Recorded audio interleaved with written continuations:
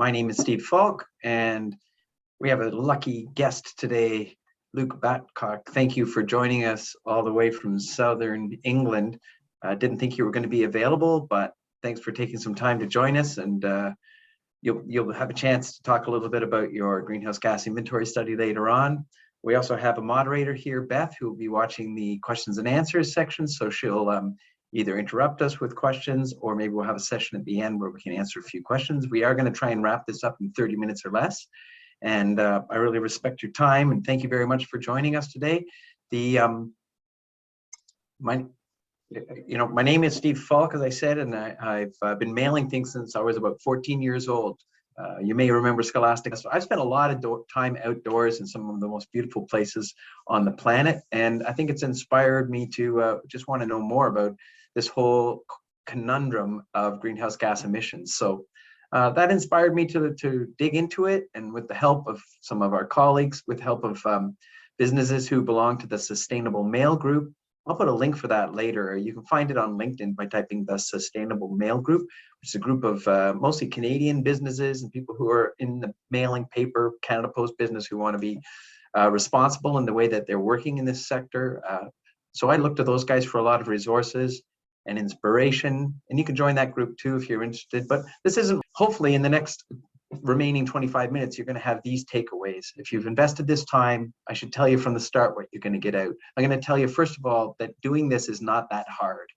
And I'm also going to spend a few minutes at the beginning. If you're not already a greenhouse gas scientist and you don't understand this from front to back, you're not alone. You can probably fast forward past the part where I just talk about greenhouse gas 101. And then I'm going to talk a little bit about why I care about carbon neutrality or carbon reduction in our industry. Then I'm going to invite Luke to talk a little bit about how he did an inventory of the emissions of our particular sector. I'm going to talk about some of the things, key things that we learned. Luke and I will have a little dialogue about that. And then at the end, you'll have some takeaways of things that you could actually do yourself to make a difference. So stay tuned. It's going to be fast, it's going to be furious. If you've got a question, Beth is there watching the chat. She'll interrupt me or keep it to the end and we'll answer some other questions. This will be available as a recording at the end, probably posted to our YouTube site, Prime Data Videos, probably also linked to the media page on our website. Okay, so here's a quick little greenhouse gas 101. We're going to just spend 5 minutes on it for those who don't have a complete understanding of what we're talking about. I mean, there's been a lot of warnings about greenhouse gas emissions and how they're affecting warming of the planet and how this is going to have all kinds of adverse effects on people living here, animals living here, ecosystems, etc. So I just wanted to give you an idea of, like, we're in particular in this instance, I'm talking about greenhouse gas emissions, often carbon dioxide. And, you know, there's a recent report here just showing that Canada isn't exactly a lightweight when it comes to emissions. The 14.2 tons of emissions per capita in Canada makes us one of the highest emitting populations on the planet. One of the reasons, and I'll show you a chart in a few minutes, is because we have to heat our houses so much. But, you know, Finland is a similarly cold country and they do quite a bit better than us. It seems that things like, you know, the lifestyle we live, the goods we have, the leisure services we have, and some of the heating that we do, et cetera, is just less efficient here in Canada. We may also have longer winters than Finland, but you get a sense that we could probably do something to make a change. If we're one of the worst emitting, then probably we're also a country that could do something to improve it. I mean, I really was interested in my own sector, which is the direct mail sector, because that's exclusively what we do in our manufacturing facility. But I wanted to get a grasp of it and get a sense that, strangely, you know, it wasn't going to be that hard to understand. At least I knew that by the end. First of all, the nice thing about our industry and why direct mail is not too hard to understand, like if we were in, I don't know, say the toothpaste industry, we'd have probably like 25 products that are inside the tube, and we'd have to understand all the different components of the 25 different things. The thing is that in our business, it's kind of a circular economy, and it's fairly simplistic. We have paper, of which There's certain grades made in certain parts of the country or certain parts of North America from certain mills, and they've done a good job of telling us what the greenhouse gas emissions are. Those, we take the paper to our plant, then we do some stuff in our facility, and we can usually keep track of how much hydro and electricity and staff, etc. And then it goes over to a postal system who delivers it.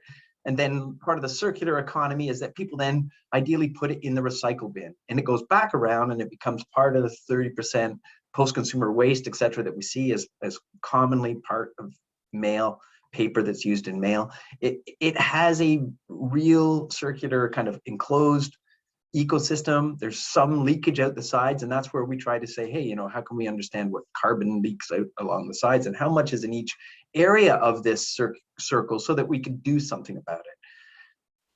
But compared to many other businesses you could be in, the mail and direct mail and printing business is pretty easy to understand. I wanted you to understand what a ton of carbon dioxide looks like. You know, we keep talking about, you know, megatons and tons and grams when we're talking about greenhouse gas emissions, and this helps illustrate. It's basically like a 10-meter across, gigantic ball that illustrates what a ton of CO2 would look like. And you know, if you could think back to the chart I just had a minute ago, the average Canadian is putting 14.2 of these bubbles up into the atmosphere every single year, and it's not insignificant. You know, I gave a couple of examples down here that your car on average might be 2.6 tons of the 14. That oddly, you know, if you're trying to get a sense of, you know, quickly of what like a ton of paper emits as far as gases when they're producing it and when they're transporting it, etc. 1 ton of paper will release 8 tons of greenhouse gases into the atmosphere. I mean, when you start thinking about like this, you start wondering exactly how do you control it? What do you do about it? I mean, the thing to understand about carbon is that, you know, it goes into the atmosphere and then many things contribute to it coming out. And a lot of that has to do with nature. When trees and plants take carbon out of the atmosphere and turn it into carbon in trees, you know, when you knock on wood, that's carbon. When it's turning that into that, or in a field of wheat, etc., it's taking carbon out of the atmosphere and turning it back down. If you can then take that carbon and turn it into a piece of paper so that your piece of paper now still contains the carbon, it hasn't been released, then most of the carbon that was in that tree is now in your piece of paper. Now, to do that, you've had to release carbon to, say, transporting it from the forest to the plant. And then the plant has to be heated. The plant has to run some power to make the paper. And that's where the paper companies have been pretty good at identifying that process so that you can say that to create a ton of paper, it might create somewhere in the average of 8 tons of CO2. It's not insignificant, but it's good to know how this fits because you just want a sense of it when you're gonna look at overall at your manufacturing, the paper, the manufacturing, and downstream to the postal delivery. And I share these little stats about EPA stats in the States because one of the things I like to tell people is, you know, if you're trying to imagine where we create greenhouse gas emissions, it's just about if we take away heating our homes, which is a huge part of it, and air conditioning our homes probably, but heating especially because it's often done with gas, and heating our buildings when we're in manufacturing is gas heating. If you move a heavy thing a long distance, you're creating greenhouse gas emissions. Just think of it. Heavy things a long distance equals greenhouse gas emissions. Transportation and trucks currently are nearly all done with greenhouse gas emitting fuels. We don't have any reasonable source for electric transport vehicles, and you know, so much of it's on those kind of smaller trucks or medium-sized heavy trucks. Those things are emitting all the time. So heavy things like paper going long distances, like from a tree to a mill and then over to the manufacturing plant, then being delivered from the manufacturing plant by a postal service to the home. Those are heavy things going a long distance, hence lots of greenhouse gases. I'll show you this quick slide. It just shows you that, you know, the big yellow section on the right, that's Canada greenhouse gas emissions. This is from a 2018 report by Prairie Climate Center, but it shows that, you know, a good chunk of our emissions in Canada is related to burning fossil fuels. If you're in Nova Scotia, for instance, your electricity comes from burning coal, as opposed to Quebec, where they have so much hydro, 100% of it is hydro. You come over to Ontario, we have a mix of hydro and some renewables like wind and solar, and we also have nuclear.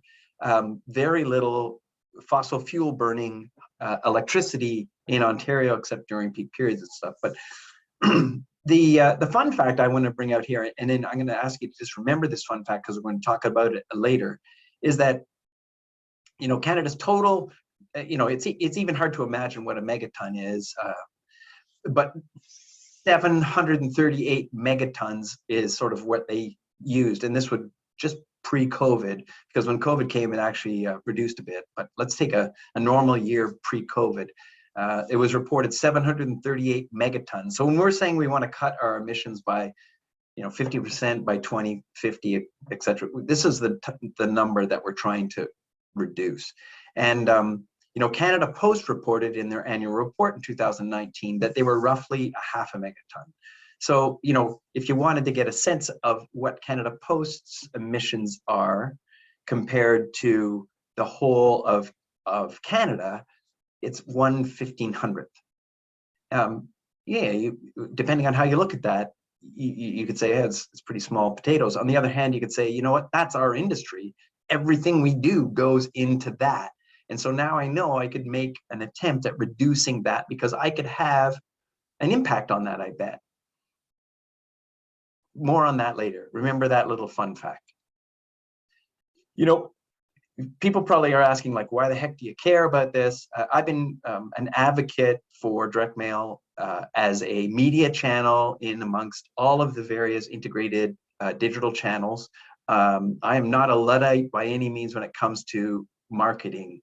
I'm a complete advocate for using digital marketing and finding the right channels with the right effectiveness, and also integrating channels so that multiple channels from email, social media, SMS marketing, paid digital ads, magazines, painting on the sides of trucks, billboards, and direct mail, they all work together. And it's just important to see how they integrate. But I wanted to know the particular part of the business that I'm in, where I create millions and millions every year of direct mail pieces, what was going to be the impact. I eventually came around to I kept hearing the world needed a little hug, and I kept hearing that industries, big banks, investors, they were all starting to have investors and various stakeholders ask, what is the impact of your particular business? And I couldn't answer the question. And I'm a curious guy by nature, so I wanted to move beyond that. And at this point, I'm going to pass to Luke, and Luke can tell a little bit about the study that he did to help us inventory what greenhouse gas emissions we were emitting in our processes. Luke Battcock, take it away.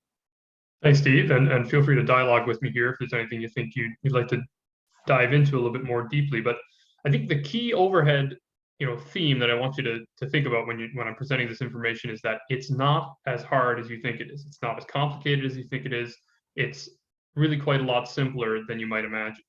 So I came into this process working with Steve knowing absolutely nothing about mail.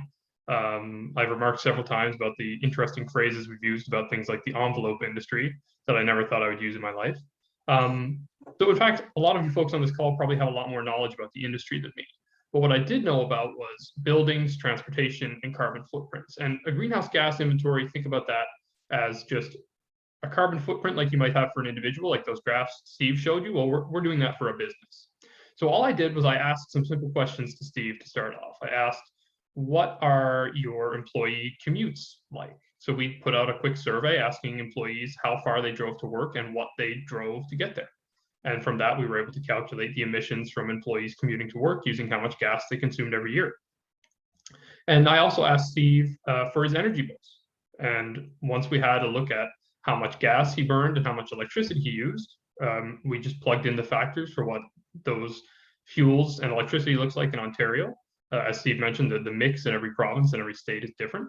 And we were able to generate numbers for stationary energy from that. So that's just looking at Steve's operation specifically, at Prime Data, at the facilities, at the employees, what happens in Prime Data. And also we looked at some of the trucking back and forth between facilities, things like that. That's one of the three kind of parts of what we looked at for our inventory. So we also wanted to go back and look at paper from, as Steve mentions, from sort of a life cycle analysis. So when the trees get cut down to the forest, when they get processed, when they get sent to mill, get turned into paper, gets shipped off, that whole process is captured, as well as end of life. And we also wanted to look at Canada Post's operations. So for paper, we used a great tool online called the Environmental Paper Network Calculator.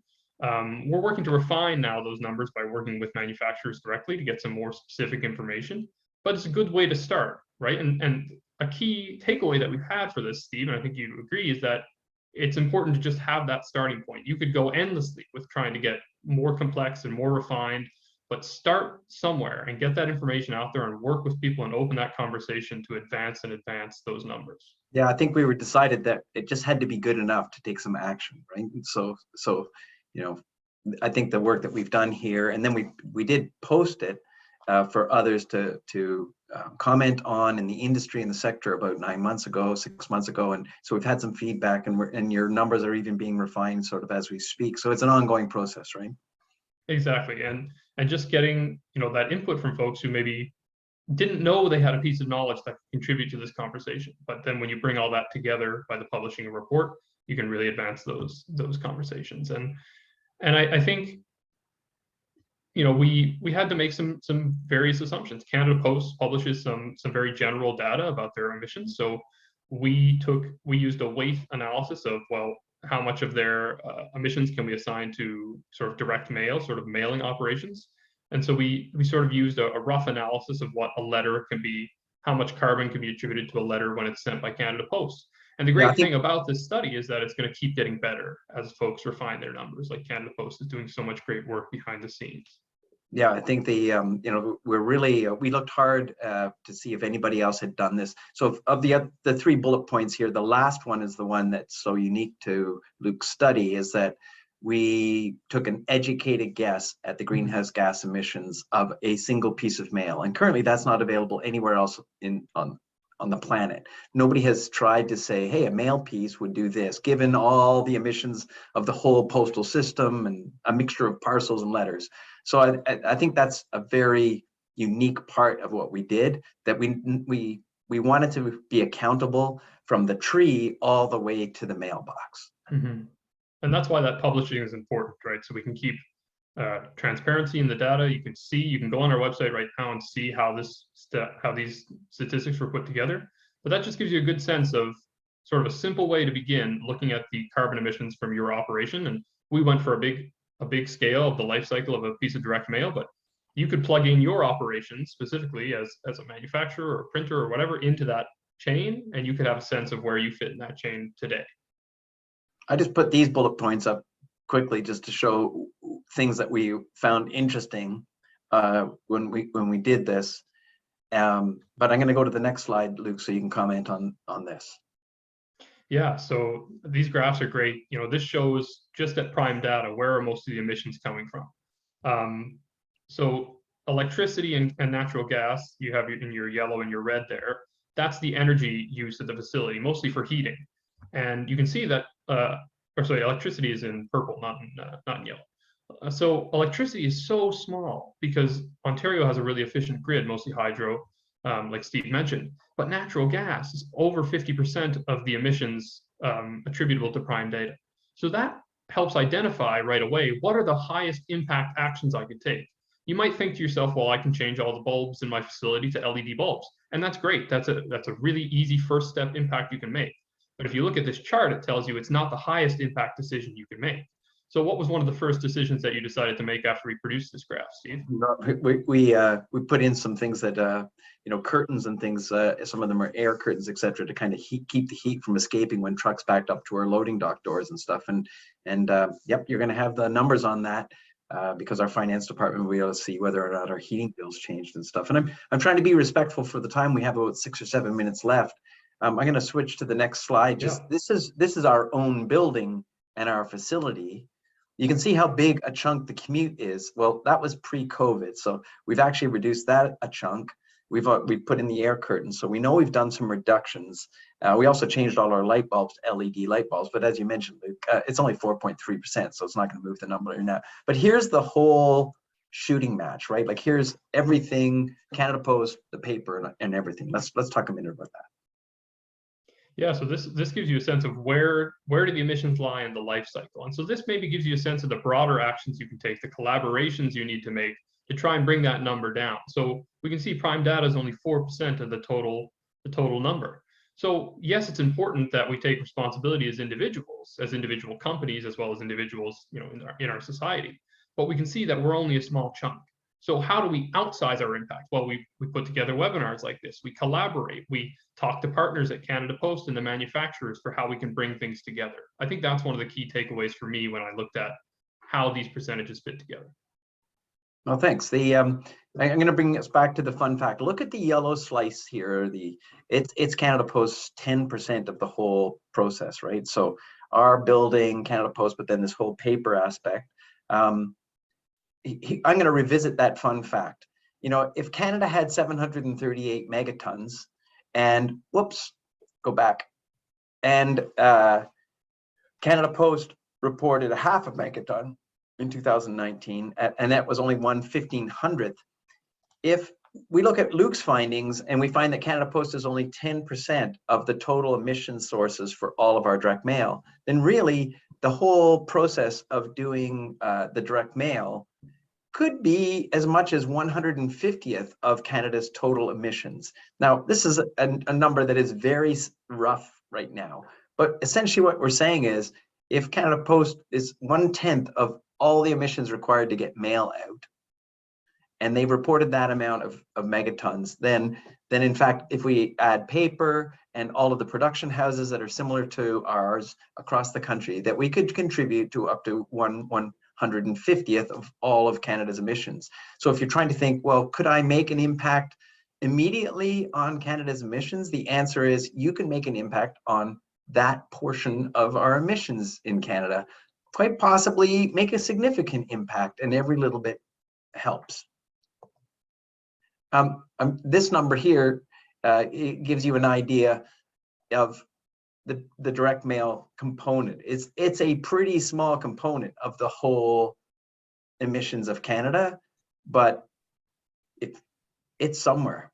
We're an industry that contributes. We're not heating your house, which is a big contributing factor. If you're trying to make big impacts, think about making your house heat better. Think about trying to find things like trucking that's more efficient. Having electric vehicles to move the post from our facility down to Canada Post instead of gas burning ones will save, I think it was like about 6% or 8% of our total, maybe even higher, of our total output. Choosing the right paper, so things that you'd want to be able to do yourself if you could make a change. Choose papers. We found, Luke, what did we find? Like a variation of 20 or 30% in greenhouse gas emissions based upon maybe the paper with the same stock and everything, but just from a different mill and different manufacturer? Oh, absolutely, because the power grids are so varied in different provinces. Nova Scotia, where I lived for a long time, is almost 700 times the emissions factor for Quebec power. And it's just electricity is the same. You turn on a light bulb, but the impact is so different. So if you're trying to do something, the outcome here is ask more questions of your paper manufacturers. I believe there will be a day when the paper spec that you get will say like 60-pound white offset FSC X number of tons of greenhouse gas emissions per ton of paper. And that way you could compare it to another similar paper that had a different output of greenhouse gas emissions. It would be basically a paper spec. We're getting there. Some of the work we're doing now is actually going to put that into our quotes and estimates. And we're certainly choosing our paper suppliers by that. And the other thing is, I've said it before, is weight times distance equals greenhouse gas emissions. So therefore reduce the weight. If you can use lighter paper, if you can use less paper, then you're gonna save on your emissions. Drop your paper weight by 15%. There's a pretty direct relationship to the emissions reductions, because emissions by paper is 85% of the contribution.